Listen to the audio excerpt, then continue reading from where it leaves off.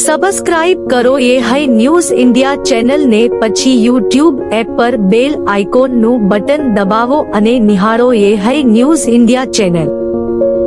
Audio Jungle. નીટની પરીક્ષા pass કરનારા પરીક્ષાર્થીઓ દ્વારા આજરોજ તેમના વાલીઓ સાથે મળીને રાજકોટના બહુમાળી ચોક ખાતે વિરોધ પ્રદર્શન યોજવામાં આવ્યું હતું.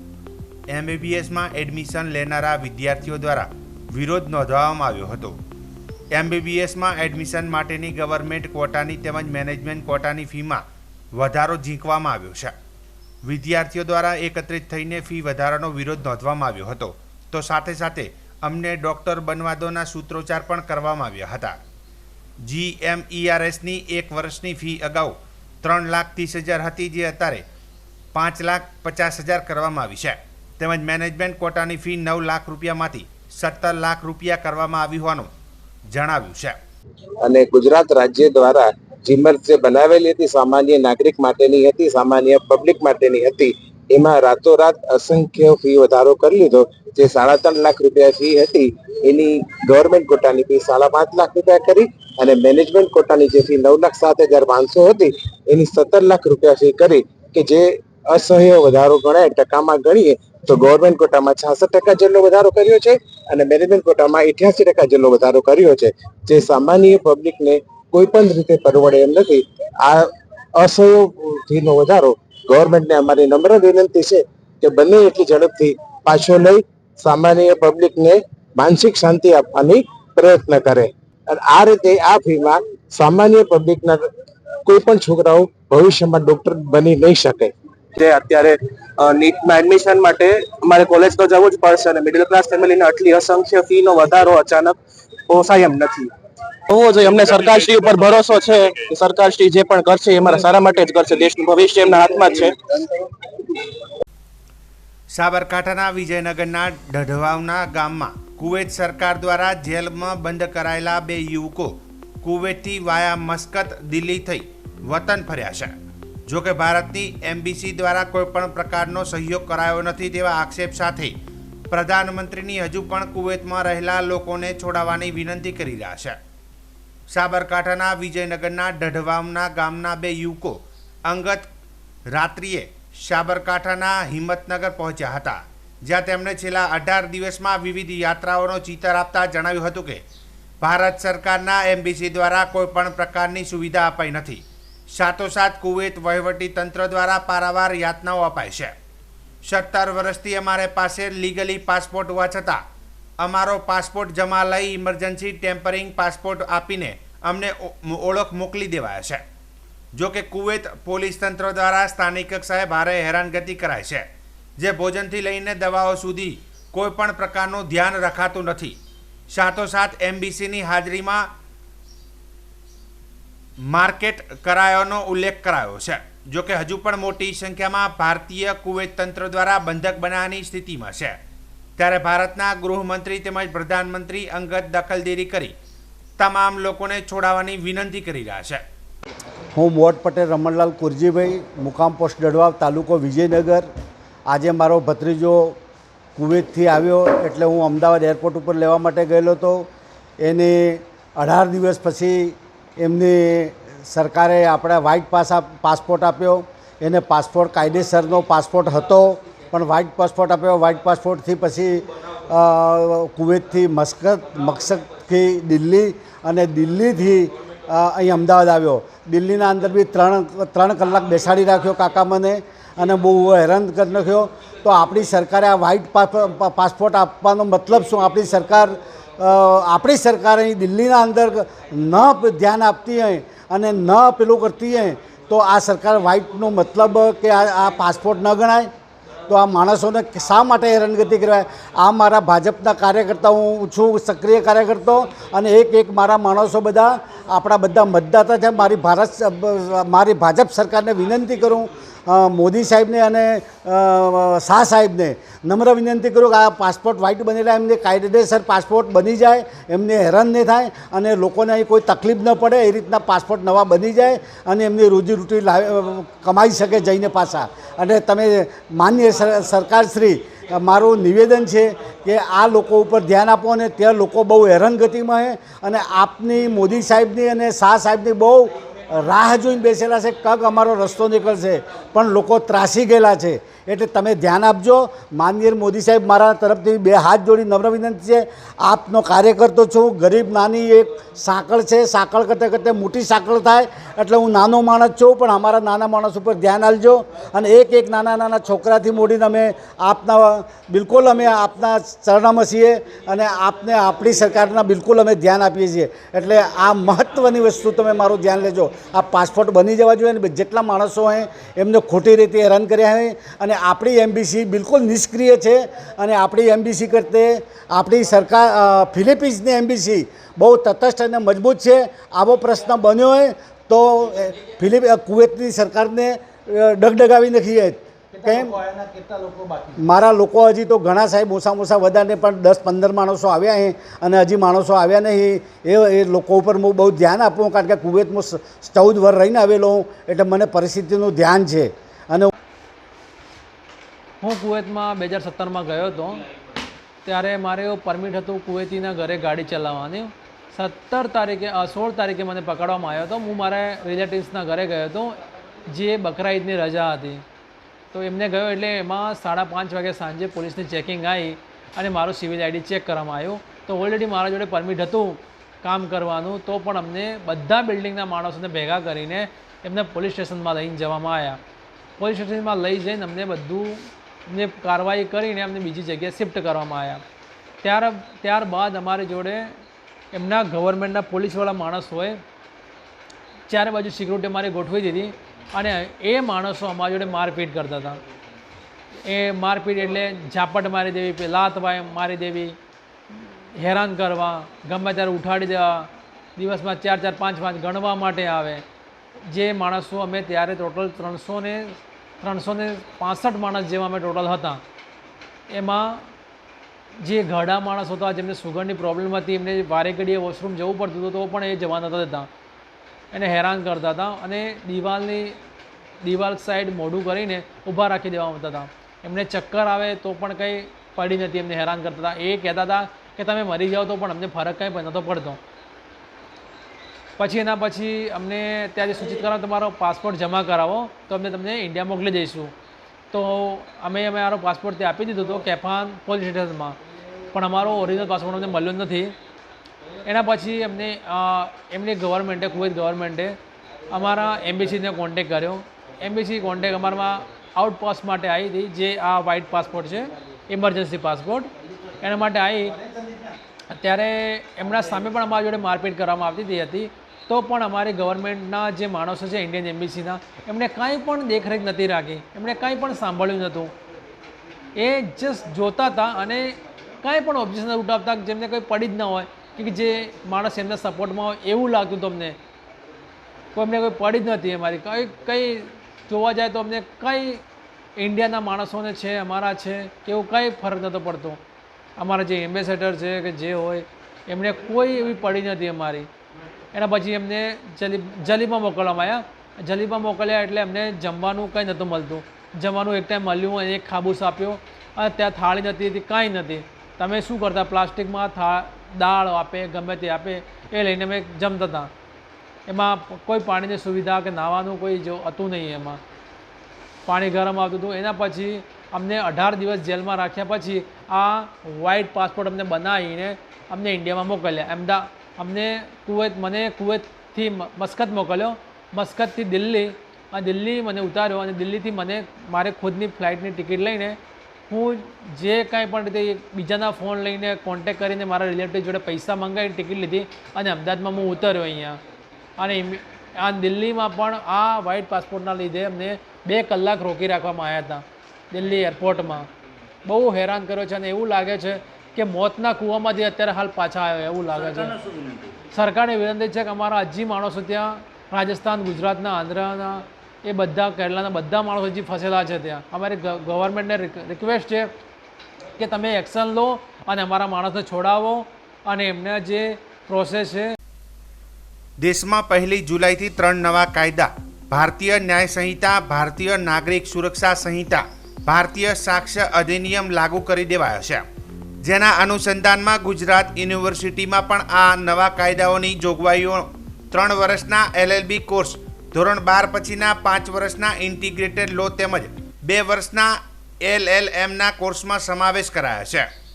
આ ત્રણેય કાયદા તેમજ તેને લગતી તમામ જોગવાઈઓ વર્તમાન શૈક્ષણિક સત્ર 2024-25થી લો શાખાના સ્નાતક અને અનુસ્નાતક કક્ષાના કોર્સમાં ભણાવાશે.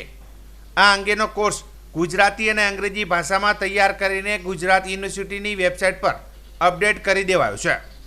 ગુજરાત યુનિવર્સિટીમાં સત્રથી 3 નવા કાયદાઓનો અભ્યાસ ભણાવવાનું શરૂ કરી દેવામાં આવશે. આપનો પરિચય આપી દેજો. હું ડૉક્ટર ઋષિકેશ મહેતા, ગુજરાત લો સોસાયટી સંચાલિત સર એલેશા લો કોલેજમાં આચાર્ય તરીકે ફરજ બજાવું છું. સાથે ગુજરાત યુનિવર્સિટીમાં પણ પૂર્વ ડીન તરીકે સેવા આપેલી છે. ખાસ કરીને દર્શક મિત્રોને મારે તે જણાવવાનું કે જ્યારે 1 જુલાઈ 2024થી નવા 3 ફોજદારી કાયદાઓ અમલમાં આવ્યા છે, તો તે અંગે ગુજરાત યુનિવર્સિટીના પણ કાયદા વિદ્યાશાખા સુસજ્જ પહેલેથી જ બની ગયેલી છે અને અમે લગભગ 6 જેટલા અલગ અલગ કોર્સમાં આ અભ્યાસક્રમમાં નવા ક્રિમિનલ કાયદાઓ આવરી લેતા સુધારા કરી દીધેલા છે અને આ કાયદાઓ ગુજરાત યુનિવર્સિટીની ઓફિશિયલ વેબસાઇટ પર પણ અપલોડ થઈ ગયેલા છે. 3 વર્ષ LLBના અભ્યાસક્રમમાં, ઇન્ટિગ્રેટેડ લોના BA LLB, BCom LLB તેમજ BB LLBના અભ્યાસક્રમમાં તથા LLMમાં ક્રિમિનલ લો ગ્રુપ અને હ્યુમન રાઇટ્સ ગ્રુપ, આ બધામાં થોડા ઘણા અંશે નવા ક્રિમિનલ કાયદાઓ આવે છે. જ્યારે ગ્રેજ્યુએશન લેવલે, LLB લેવલે પૂરેપૂરા 3 ક્રિમિનલ કાયદા આવે છે. આ અંગેની કવાયત ગુજરાત યુનિવર્સિટી ખાતે અમે લગભગ 1 મહિના અગાઉ શરૂ કરી દીધેલી હતી અને આગામી વર્ષ જ એટલે કે આ ચાલુ શૈક્ષણિક વર્ષ 2024-25થી દરેક કાયદા વિદ્યાશાખાના ગુજરાત યુનિવર્સિટી સંલગ્ન વિદ્યાર્થીઓને આ તમામ નવા કાયદાઓનું જ શિક્ષણ આપવામાં આવશે. તે અંગે 1 જુલાઈના રોજ અમે ફેકલ્ટીનો, ગુજરાત યુનિવર્સિટીની કાયદા વિદ્યાશાખાની ફેકલ્ટીનો સેમિનાર પણ કરી દીધેલો છે અને બધા કાયદાના અધ્યાપકોને પણ આ અંગે ટ્રેનિંગ આપી દીધેલી છે. અને જો આપણે આ 3 નવા ક્રિમિનલ કાયદા એટલે કે ભારતીય ન્યાય સંહિતા, ભારતીય નાગરિક સુરક્ષા સંહિતા અને ભારતીય સાક્ષ્ય અધિનિયમ, જે જૂના કાયદાઓ એટલે કે ભારતીય ફોજદારી ધારો, ક્રિમિનલ પ્રોસિજર કોડ અને એવિડન્સ એક્ટના ને રિપીલ કરીને તેના સ્થાન લેનાર છે, તેમાં બહુ જ સરસ નવી જોગવાઈઓ પણ કરવામાં આવી છે. વૈશ્વિક આતંકવાદને પડકારરૂપ બને તેવા કાયદાઓ તેવા ગુનાઓ સામેલ કરવામાં આવ્યા છે, જેમ કે ઓર્ગેનાઇઝડ ક્રાઇમ, જે સંગઠિત ગુનાઓ છે. હવે આખી ક્રિમિનલ કે ગુનેગારોની મોડસ ઓપરેન્ડી અલગ થઈ ગઈ છે. એક સાથે સંગઠિત થઈ અને મોટા પાયે હુમલો કરીને નાગરિકોને ડરાવવા ધમકાવવાનું કામ કરે છે. તેમને ટેકલ કરવા માટે પણ આમાં જોગવાઈ છે. પબ્લિક પરીક્ષા, યુનિવર્સિટી પબ્લિક એક્ઝામિનેશન જેમ કે નીટ છે કે બીજી છે, જેના પેપર ફૂટે તો તેની સામે પણ કડક કાર્યવાહી કરવાની અહીંયા જોગવાઈ કરવામાં આવી છે. ત્રાસવાદી કૃત્ય એને પણ અહીંયા ટેકલ કરવામાં આવ્યા છે. સાથે mob lynching, hit and run accident જેવા ગુનામાં મોબ લિન્ચિંગમાં દેહાંતરની સજા જેટલા સંકળાયેલા છે તમામ વ્યક્તિઓને થઈ શકે છે.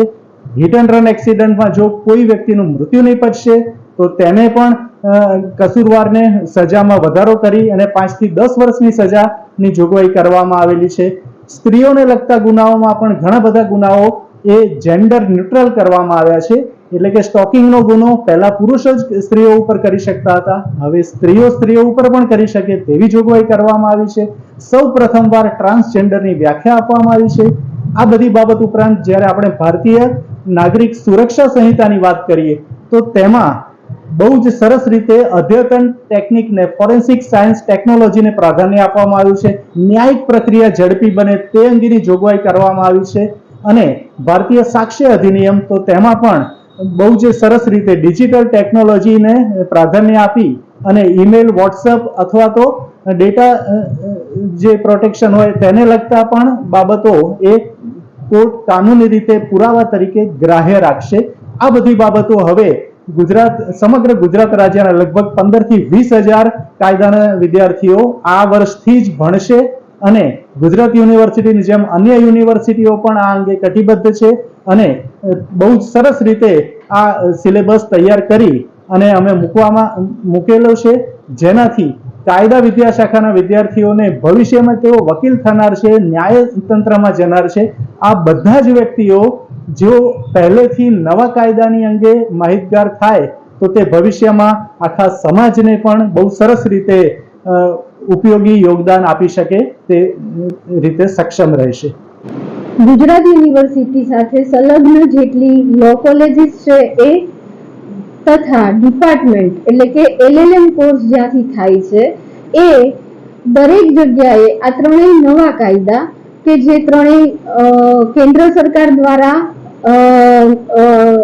બહાર પાડવામાં આવેલ ત્રણેય કાયદા ભારતીય ન્યાય સંહિતા, ભારતીય નાગરિક સુરક્ષા સંહિતા અને ભારતીય સાક્ષ્ય અધિનિયમ એ ત્રણેય કાયદાનો અમલ ગુજરાત યુનિવર્સિટીએ પોતાના સિલેબસમાં એકેડેમિક યર 2024-25 થી કરી દીધેલો છે અને દરેક લો કોલેજીસ અને માસ્ટર્સ એટલે કે પીજી સેન્ટર દ્વારા પણ તેનું અમલીકરણ કરી દેવામાં આવેલું છે, જે હવેના સત્રમાં એટલે કે 2024-25 ના સત્રમાં આ અભ્યાસક્રમને જ ભણાવવામાં આવશે.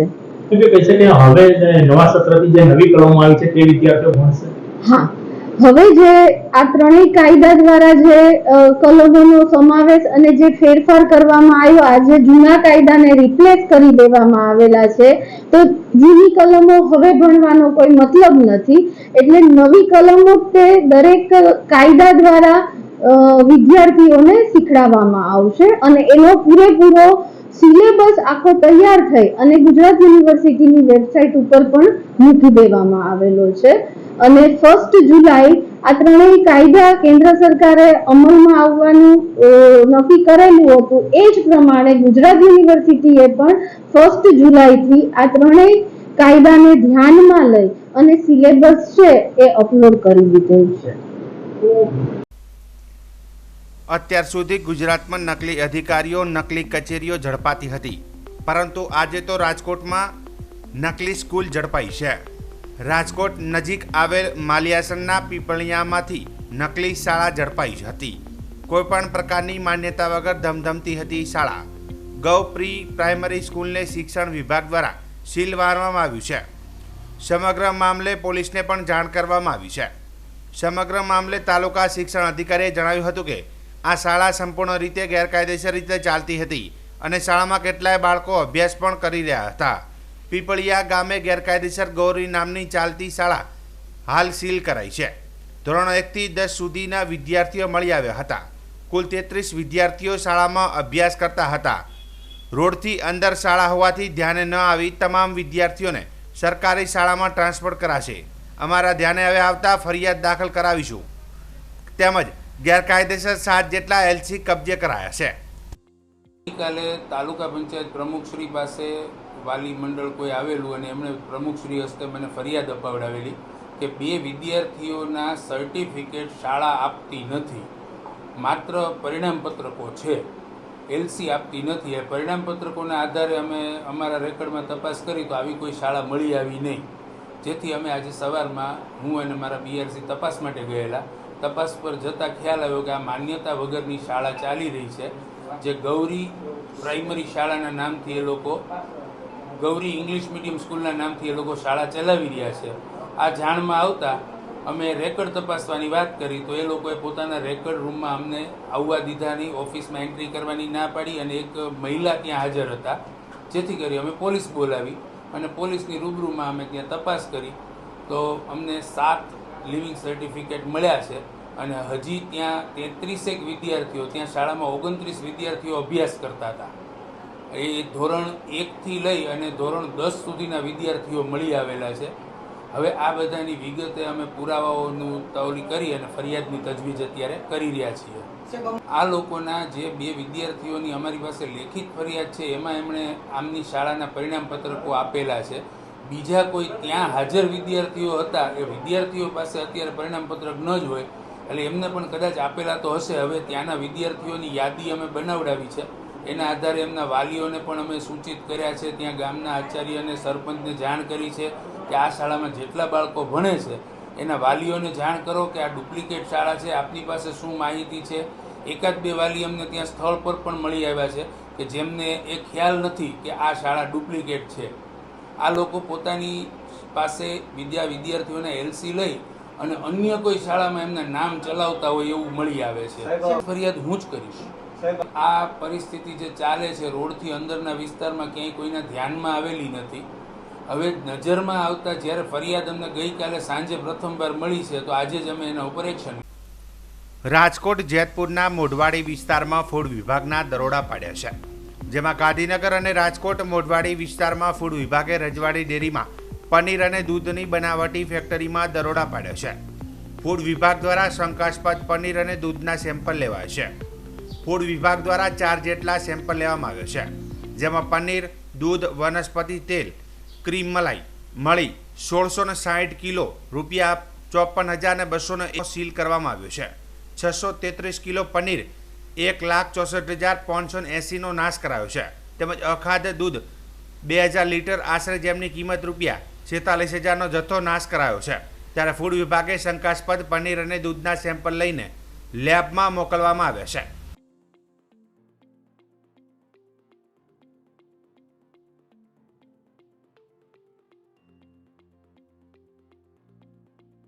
सब्सक्राइब करो ये है न्यूज़ इंडिया चैनल ने પછી YouTube એપ પર બેલ આઇકોન નું બટન દબાવો અને નિહાળો ये है न्यूज़ इंडिया चैनल।